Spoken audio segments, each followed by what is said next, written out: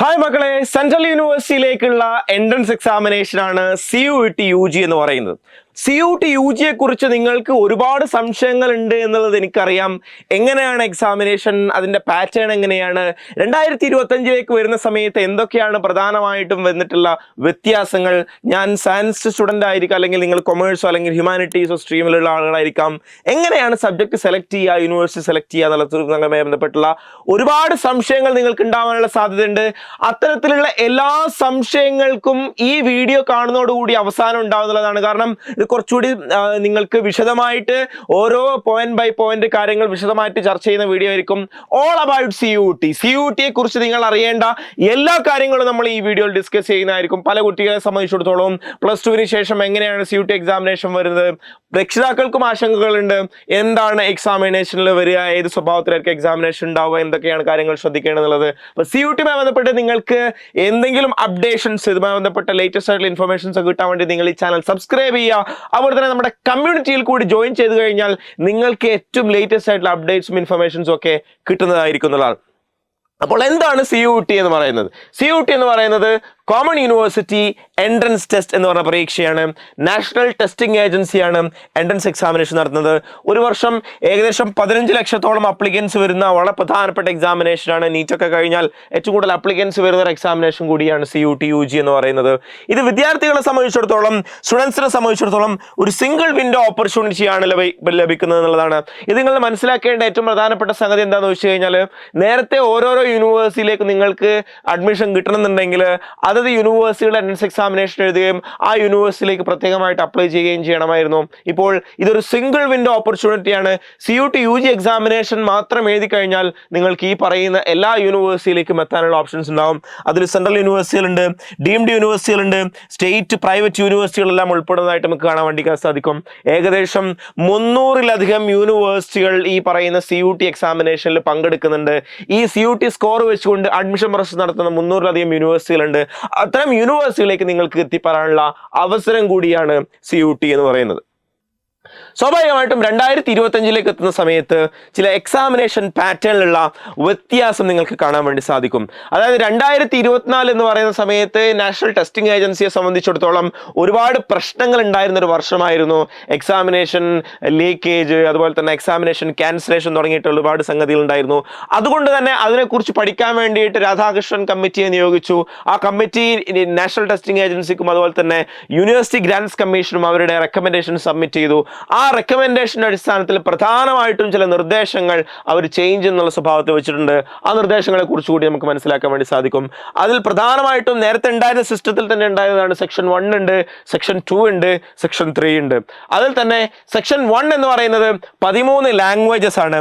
13 ഭാഷകളിൽ നിങ്ങൾക്ക് എക്സാമിനേഷൻ എഴുതാനുള്ള ഓപ്ഷൻ ഉണ്ട്. അതുപോലെ തന്നെ 13 ഭാഷകളും നിങ്ങൾക്ക് പേപ്പറായിട്ട് എഴുതാനുണ്ടാവും. അതിൽ ഇംഗ്ലീഷ്, ഹിന്ദി, ആസാമീസ്, ബംഗാളി, ഗുജറാത്തി, കന്നഡ, മലയാളം, മറാത്തി, ഒഡിയ, പഞ്ചാബി, തമിഴ്, തെലുഗു, ഉറുദു എന്നുള്ള സ്വഭാവത്തിലുണ്ട്.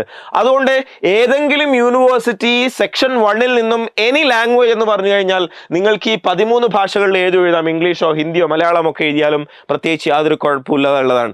അല്ലാതെ വളരെ സ്പെസിഫിക് ആയിട്ട് ഇംഗ്ലീഷ് എന്ന് പറയുന്ന സമയത്ത് നിങ്ങൾക്ക് ഇംഗ്ലീഷ് എഴുതേണ്ടി വരും. അതുപോലെ തന്നെ ഒരു പേപ്പർ നിങ്ങൾക്ക് ഈ നിങ്ങളുടേതായ ഭാഷയിൽ കിട്ടണമെന്നുണ്ടെങ്കിൽ അതിനുള്ള ഓപ്ഷൻ ഉണ്ട്. അതായത് ഈ 13 ഭാഷകളിലും ക്വസ്റ്റ്യൻ പേപ്പേഴ്സ് കൂടി അവൈലബിൾ ആയിരിക്കും. അത് നിങ്ങൾ സെലക്ട് ചെയ്യുന്നതിനനുസരിച്ച് എന്നുള്ളതാണ് മനസ്സിലാക്കേണ്ടത്. രണ്ടാമത്തെ സെക്ഷൻ എന്ന് പറയുന്നത് ഇതാണ് വളരെ പ്രധാനപ്പെട്ട ഏരിയ, നിങ്ങളുടെ ഡൊമൈൻ സ്പെസിഫിക് സബ്ജക്ട് എന്ന് പറയും. ഡൊമൈൻ സ്പെസിഫിക് സബ്ജക്ട് എന്ന് പറഞ്ഞു കഴിഞ്ഞാൽ നിങ്ങൾ ഏതാണോ സബ്ജക്ട് പഠിക്കണമെന്ന് ആഗ്രഹിക്കുന്നത്, ആ പഠിക്കണമെന്ന് ആഗ്രഹിക്കുന്ന സബ്ജക്റ്റുമായി ബന്ധപ്പെട്ട് നിങ്ങൾ സെലക്ട് ചെയ്യേണ്ട പേപ്പറുകളാണ് ഈ പറയുന്ന സെക്ഷൻ 2 വരുന്നതാണ്. അതിൽ accountancy, business studies, agriculture, physics, chemistry, maths, biology, performing arts, fine arts, geography, history, home science, mass media, political science, psychology, sociology, Sanskrit, എൻവയോൺമെന്റൽ science, knowledge tradition, physical education, anthropology, economics, computer science തുടങ്ങിയിട്ടുള്ള 23 സബ്ജക്റ്റുകൾ ഉള്ളതായിട്ട് നമുക്ക് കാണാൻ വേണ്ടി സാധിക്കും. നേരത്തെ ഉണ്ടായിരുന്ന സബ്ജക്റ്റുകളിൽ നിന്നും 27 സബ്ജക്റ്റുകളിൽ നിന്നും 23 ചുരുക്കുകയാണ് ഇപ്പോൾ ചെയ്തിട്ടുള്ളത്. സ്വാഭാവികമായിട്ടും അതിൻ്റെ വ്യത്യാസം എന്താണെന്ന് വെച്ച് കഴിഞ്ഞാൽ ഒരു കോമൺ പേപ്പറിലേക്ക് ഒതുങ്ങും എന്നുള്ളതാണ്. അതിൽ തന്നെ നിങ്ങൾക്ക് സയൻസ് സബ്ജക്റ്റ് ആണ് ഉദ്ദേശിക്കുന്ന ഒരാളെങ്കിൽ നിങ്ങൾക്ക് ഫിസിക്സും കെമിസ്ട്രിയും മാത്സും എഴുതി കഴിഞ്ഞാൽ എന്ത് ചെയ്യാൻ പറ്റും, നിങ്ങൾക്ക് സയൻസ് സബ്ജക്റ്റുകളിലേക്ക് BSc ഫിസിക്സിലേക്കോ BSc കെമിസ്ട്രിയിലേക്കോ BSc മാത്സിലേക്കോ ഒക്കെ പോകാനുള്ള ഓപ്ഷൻസ് ക്വസ്റ്റ്യൻസ് ഉണ്ടാവും. അതുപോലെ തന്നെ ഹ്യൂമാനിറ്റീസ് സബ്ജക്റ്റിലേക്കോ കൊമേഴ്സിലേക്കോ എക്കണോമിക്സിലേക്കോ സോഷ്യോളജിയിലേക്കോ പൊളിറ്റിക്കൽ സയൻസിലേക്കോ പോകണമെന്നുണ്ടെങ്കിൽ അതുമായി ബന്ധപ്പെട്ട് യൂണിവേഴ്സിറ്റി എന്താണോ പറയുന്നത് അതിൻ്റെ സ്പെസിഫിക് ആയിട്ടുള്ള കോഴ്സുകളിലേക്ക് പോകുക എന്നുള്ളതാണ് പ്രധാനമായിട്ടും മനസ്സിലാക്കേണ്ടത്. മൂന്നാമത്തെ സെക്ഷൻ എന്ന് പറയുന്നത് ജനറൽ ആപ്റ്റിറ്റ്യൂഡ് ടെസ്റ്റ് ആണ്. ജനറൽ ആപ്റ്റിറ്റ്യൂഡ് ടെസ്റ്റ് എന്ന് പറയുന്ന സമയത്ത് സാധാരണ പ്ലസ് ടു പഠിക്കുന്ന ഒരു കുട്ടിയെ സംബന്ധിച്ചിടത്തോളം അവർക്ക് അത്യാവശ്യം വേണ്ടിയിട്ടുള്ള ഒരു ട്രെയിനിങ്ങോ കോച്ചിങ്ങോ ആവശ്യമുള്ള മേഖലയായിരിക്കും ജനറൽ ആപ്റ്റിറ്റ്യൂഡ് ടെസ്റ്റ് എന്ന് പറയുന്നത്. കാരണം അതിൽ ജനറൽ നോളജ് വരുന്നുണ്ട്, കറണ്ട് അഫയേഴ്സ് വരുന്നുണ്ട്, ജനറൽ മെന്റൽ എബിലിറ്റിയും ന്യൂമറിക്കൽ എബിലിറ്റിയും വരുന്നുണ്ട്, റീസണിങ്ങും അതുപോലെ തന്നെ ഈ പറയുന്ന പോലെ ക്വാണ്ടിറ്റേറ്റീവ് അരിതമെറ്റിക് ഏരിയകളൊക്കെ വരുന്നുണ്ട്, ലോജിക്കൽ ആൻഡ് അനലിറ്റിക്കൽ റീസണിംഗ് ഒക്കെ വരുന്ന ഒരു ഏരിയയാണ്. ഇത് പൊതുവേ നമ്മളുടെ ഒരു സിലബസ് ഓറിയന്റഡ് ആയി നമ്മൾ പഠിക്കാത്ത ഏരിയയാണ്. വളരെ വാസ്റ്റ് ആയിട്ടുള്ള ടോപ്പിക്സ് ആണ്. കൂടുതൽ ക്വസ്റ്റ്യൻസും പ്രാക്ടീസും ഒക്കെ ചെയ്താൽ മാത്രമേ നിങ്ങൾക്ക് എന്ത് ചെയ്യാൻ പറ്റുള്ളൂ, ഈ ഒരു മേഖലയിലേക്ക് എത്തിപ്പെടാൻ വേണ്ടി പറ്റുള്ളൂ. അതാണ് ജനറൽ ആപ്റ്റിറ്റ്യൂഡ് ടെസ്റ്റ് എന്ന് പറയുന്നത്. അപ്പൊ അങ്ങനെ സെക്ഷൻ 1, സെക്ഷൻ 2, സെക്ഷൻ 3 എന്നുള്ള കാറ്റഗറിയിലാണ് എന്തുന്നത് എക്സാമിനേഷൻ നടക്കുന്നത്. അതിൽ നിങ്ങൾക്ക് ആവശ്യമുള്ള കോഴ്സ് ഏതാണോ ആ കോഴ്സ് പ്രൊവൈഡ് ചെയ്യുന്ന യൂണിവേഴ്സിറ്റി എന്താണോ എലിജിബിലിറ്റി ക്രൈറ്റീരിയ പറയുന്നത് ആ എലിജിബിലിറ്റി ക്രൈറ്റീരിയക്ക് അനുസരിച്ചുള്ള കോഴ്സുകളാണ് നിങ്ങൾ എന്ത് ചെയ്യേണ്ടത്, സെലക്ട് ചെയ്യേണ്ടത്. എക്സാമിനേഷന്റെ സ്വഭാവം എന്ന് പറയുന്നത് കമ്പ്യൂട്ടർ ബേസ്ഡ് ടെസ്റ്റ് ഓൺലി എന്നുള്ളതാണ്. CBT മോഡാണ്. കഴിഞ്ഞ വർഷം പെൻ ആൻഡ് പേപ്പർ മോഡ് കൂടി ഉണ്ടായിരുന്നു, OMR ചോദ്യങ്ങൾ കൂടി ഉണ്ടായിരുന്നു. പക്ഷേ ഈ വർഷം കംപ്ലീറ്റ്ലി കമ്പ്യൂട്ടർ ബേസ്ഡ് മോഡിലേക്ക് മാറ്റുകയാണെന്നുള്ളതാണ് മനസ്സിലാക്കുന്നത്.